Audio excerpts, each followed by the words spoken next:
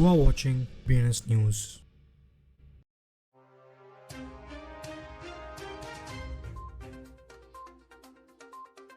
Welcome to today's crypto news. चलिए पहले हम देखते हैं आज की हेडलाइंस।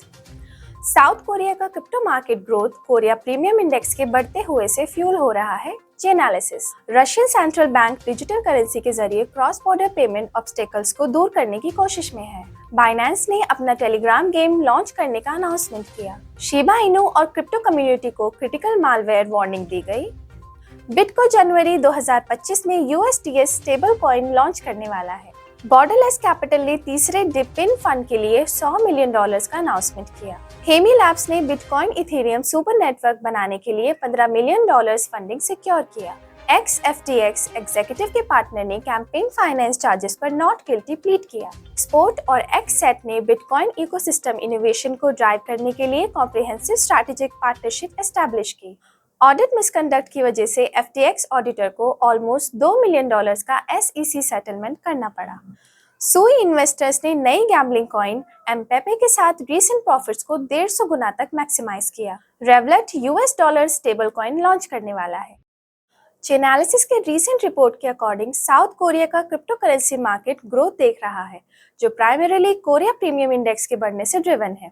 रिपोर्ट में ये हाईलाइट किया गया है कि लोकल डिमांड, इंस्टीट्यूशनल ट्रेडिंग और देश में यूनिक मार्केट कंडीशंस की वजह से लोकल एक्सचेंजेस पर क्रिप्टो प्राइसेस ग्लोबल एवरेजेस से ज्यादा है। रशिया के सेंट्रल बैंक की हेड एल्वीरा नाबुलिना ने क्रॉस बॉर्डर सेटलमेंट्स में चैलेंजेस जैसे पेमेंट इश्यूज और गिरते ट्रेड वॉल्यूम्स को हाईलाइट किया। उन्होंने इन इश्यूज को एड्रेस करने के लिए नए सॉल्यूशंस ढूंढने की इंपॉर्टेंस पर जोर दिया, जैसे डिजिटल करेंसीज का इस्तेमाल और ग्लोबल पार्टनर्स के साथ कोऑपरेशन।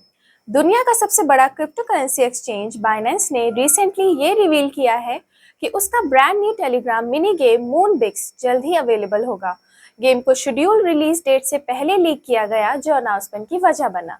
शिबा इनू कम्युनिटी और ब्रॉडर क्रिप्टो करेंसी इकोसिस्टम को क्रिटिकल मालवेयर वार्निंग के बाद हाई अलर्ट पर डाल दिया गया है। ये अलर्ट क्लिपर मालवेयर पर सेंटर्ड है, जो क्रिप्टो करेंसी ट्रांजैक्शंस को टारगेट करता है। यूजर्स के फंड के लिए सिग्निफिकेंट थ्रेट है। बिटको अपना नया स्टेबल कॉइन USDS जनवरी 2025 में लॉन्च करने की योजना बना रहा है, जो लिक्विडिटी प्रोवाइडर्स को रिवॉर्ड करने वाला यूनिक मॉडल ऑफर करेगा। ये अनाउंसमेंट बिटको के CEO माइक बेल्च ने कॉइन टेस्ट के साथ टोकन 2049 इवेंट में इंटरव्यू के दौरान किया। 18 सितंबर के स्टेटमेंट के अकॉर्डिंग वेंचर फर्म ने ब्लॉकचेन बेस्ड प्रोजेक्ट्स में इन्वेस्ट करने के लिए $100 मिलियन का फंड लॉन्च किया है, जो दुनिया भर में फिजिकल इंफ्रास्ट्रक्चर को डेवलप और मेंटेन करने पर काम करते हैं। फर्म ने 2021 से सेक्टर में इन्वेस्ट किया है, हीलियम, रेंडर नेटवर्क और जियोडनेट जैसे प्रोजेक्ट्स को बैक करते हुए।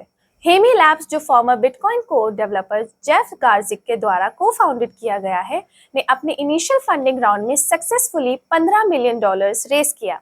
इन्वेस्टमेंट नोटेबल बैकर्स जैसे बाइनेंस लैब्स, ब्रेयर कैपिटल और बिग ब्रेन होल्डिंग्स के द्वारा लीड किया गया। Michelle Bond, former FTX digital markets के CEO रायान सलामे की पार्टनर, ने फेडरल कोर्ट में कैंपेन फाइनेंस वायलेशंस के 4 काउंट्स पर नॉट गिल्टी प्लीड किया।